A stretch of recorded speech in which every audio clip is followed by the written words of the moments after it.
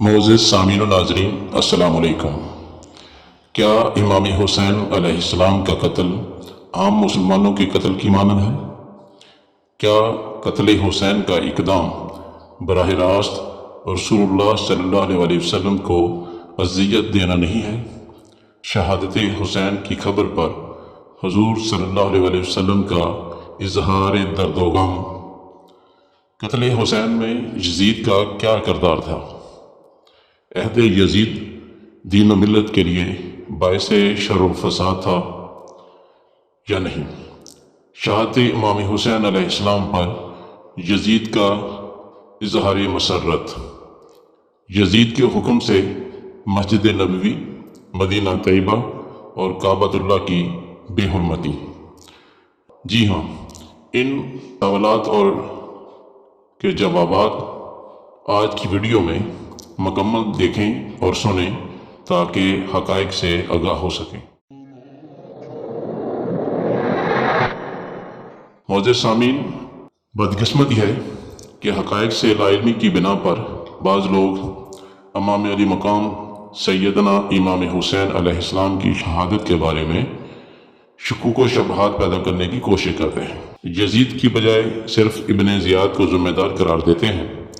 اسی طرح اپنے تئیں یہ محققین اور مفتیان اکرام یزید کو بری الذمہ قرار دینے یا اس کی سفاکیت، ظلم و جبر پر پردہ ڈالنے کی کوشش کرتے ہیں۔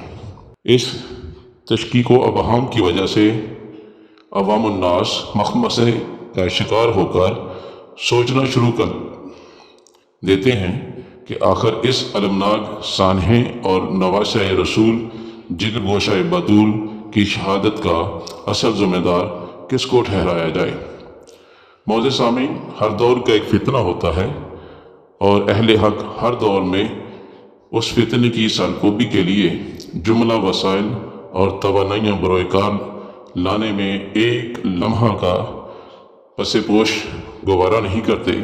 وہ اس فتنے اور اس کا پرچار کرنے والوں کا علمی و فکری اور لسانی و قلمی محاکمہ و محاسبہ ضرور کرتے ہیں۔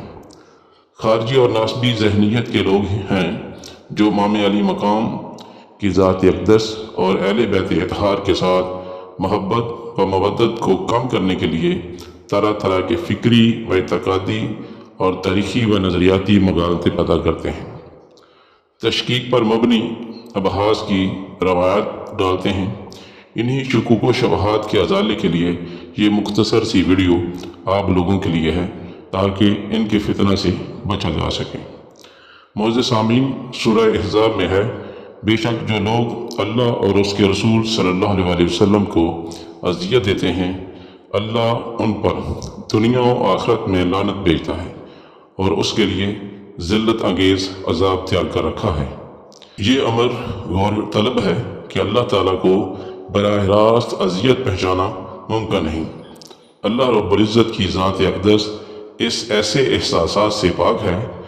اذیت تو رسول اللہ صلی اللہ علیہ وسلم کی ذات کو پہنچتی ہے جیسے اللہ رب العزت اپنی اذیت قرار دیتا ہے۔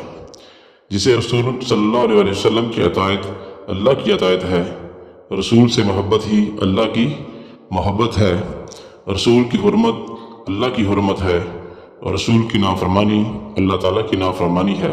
اسی طرح اذیت رسول بھی اللہ تعالیٰ کو اذیت پہنچانا ہے اور ان کے لیے عذاب مہین ہے جو کفار کو دیا جاتا ہے۔ اب ایسے شخص کے بچاؤ کے لیے علمی، فقہی اور کلامی مشغافیوں کو تلاشنے اور تراشنے کا ہر دروازہ اور راستہ بند ہو چکا ہے۔ اب شہادت امام حسین کو نفس انسانی کے قتل کے حکم کے زمرے میں شمار نہیں کیا جائے گا، بلکہ اسے رسول اللہ صلی اللہ علیہ وسلم کو اذیت پہنچانے کے حکم کے ذیل میں شمار کیا جائے گا۔ لہٰذا سوچیں کہ جب ظالموں اور بدبختوں نے سیدنا امام حسین علیہ السلام کا گلا کاٹا ہوگا تو اس وقت رسول پاک صلی اللہ علیہ وسلم کی اذیت کا کیا عالم ہوگا۔ سیدنا علی اکبر کی شہادت، سیدہ اسکینر کے رونے پر، سیدہ زینب کے خیمے کو جلانے پر، امام حسین کے لاشے پر گھوڑے دھرانے پر، بازاروں میں نبی صلی اللہ علیہ وسلم کی شہزادیوں کو گھمانے پر کیا مصطفیٰ صلی اللہ علیہ وسلم کو اذیت نہیں پہنچی ہوگی؟ حضور نبی کریم صلی اللہ علیہ وسلم نے نماز میں دوران سجدہ پشت سے امام حسین کو اتارنے سے روک کر صحابہ کو بتایا کہ میری محبت اور چاہت جو حسین ہے اسے یہ گوارا نہیں کہ اگر حسین میری پشت پر چڑھ جائے تو تم اسے نیچے اتارو۔ یہ حسین علیہ السلام کو ناگوار ہوگا، اس کی طبیعت محسوس کرے گی کہ مجھے اپنے نانا کی پشت سے کیوں اتار دیا۔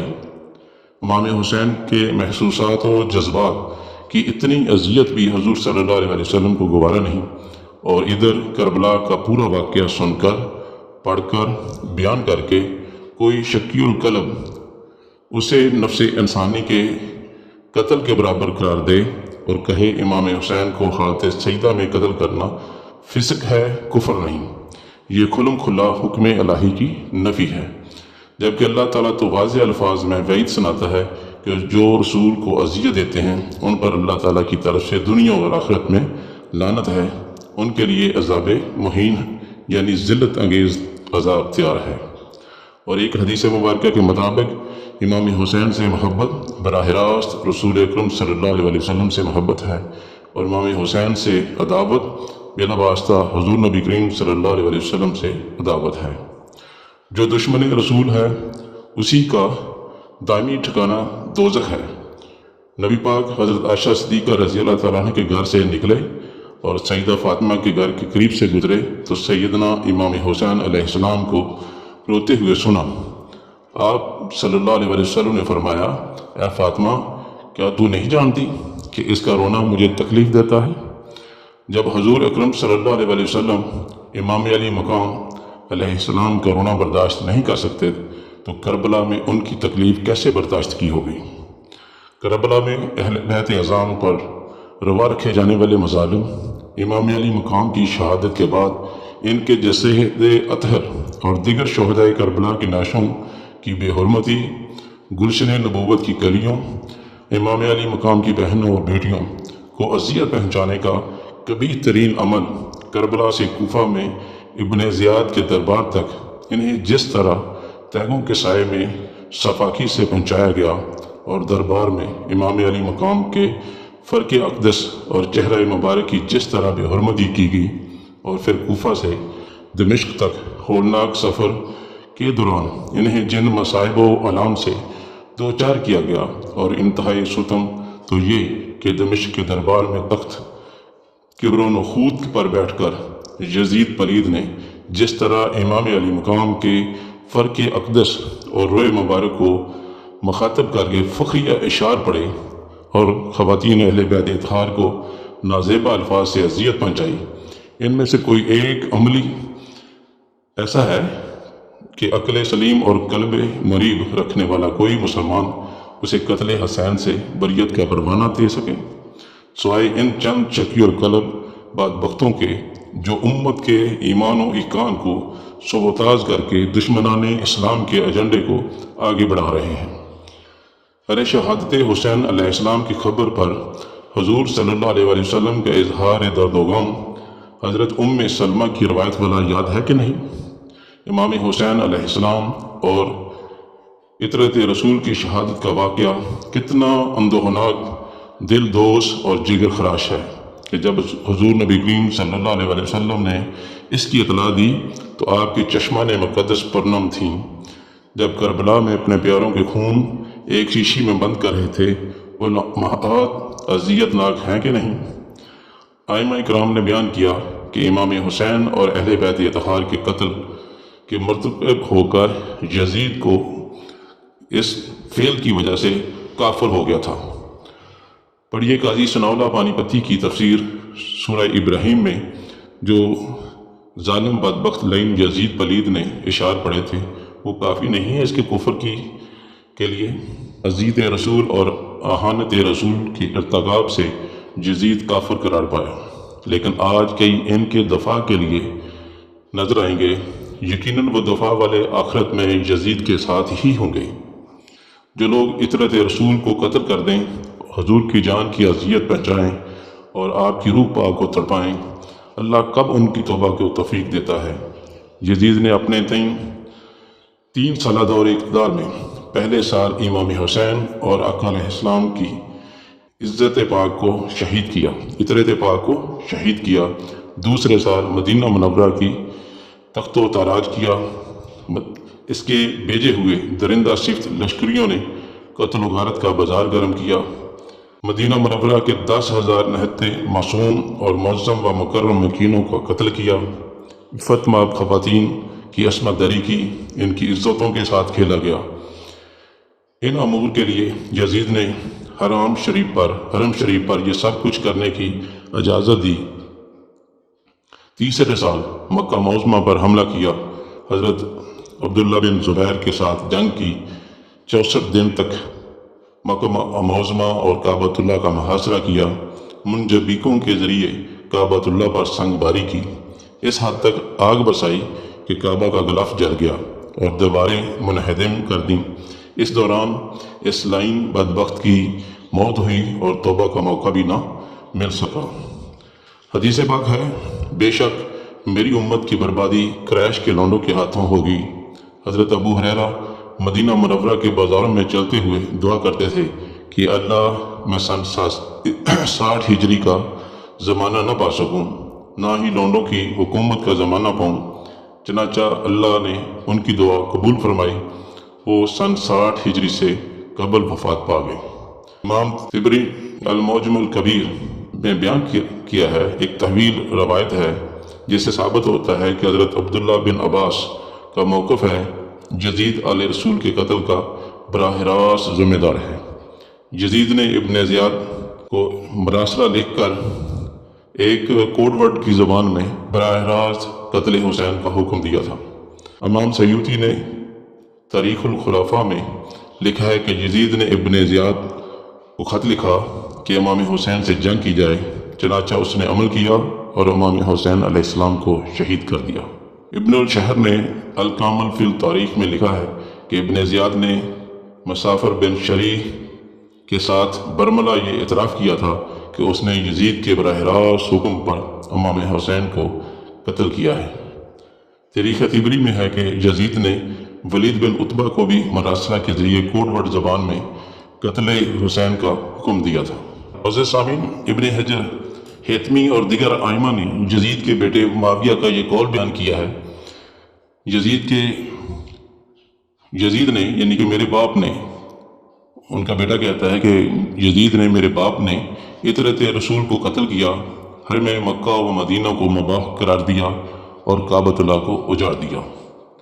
علامہ شمس الدین ذہبی اپنی کتاب میں لکھتے ہیں، یزید بن معاویہ ناسبی حضرت علی المرتضیٰ سے بغض و عناد رکھنے والا شخص تھا، سنگ دل اور ظالم اجڑ تھا، شراب پیتا تھا، برے افعال سر انجام دیتا تھا۔ اس نے اپنی حکومت کی ابتدا امام حسین کو قتل کروانے سے کی اور اختتام واقعہ حرہ پر کیا۔ اسی بنا پر لوگ اس کے مخالف ہو گئے اور اس کی عمر میں برکت نہ ہو سکی، یعنی وہ مر گیا۔ شیخ عبداللہ شہراوی لکھتے ہیں کہ اس میں کوئی شک نہیں کہ اللہ نے یزید کے لیے شقاوت اور بدبختی مقدر کر دی تھی۔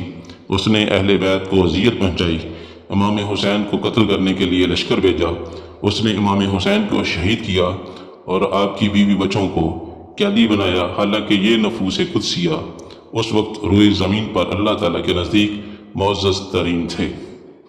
اب بھی کوئی شک رہ گیا ہے یزید کے بارے میں، لیکن جو نرم گوشہ رکھتے ہیں یزید کے لیے، ان سے سوال ہے کہ یزید نے قصاص کے لیے ابن زیاد، عمرو بن سعد، شمر بن ذیل جوشم ملعون اور خولی بن یزید کو کیا قتل کا حکم دیا قصاص کے طور پر، جو اہل بیت کے قاتل تھے؟ بلکہ یزید نے تو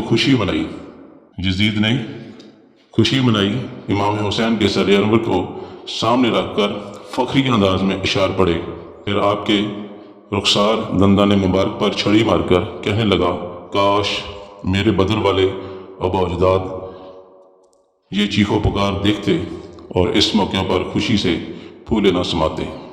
ان شعر سے واضح ہوتا ہے کہ یزید لعین صحرائے کربلا میں چمستان نبوت کے غنیچوں اور پھولوں کو غزوہ بدر میں اپنے اقربا کی قتل کا بدلہ سمیتے ہوئے اظہار تفاخر کر رہا تھا۔ یہ اظہار اسی کے کفر اور قتل حسین میں براہ راست ملوث ہونے کے لیے ناقابل تردید دلیل ہے۔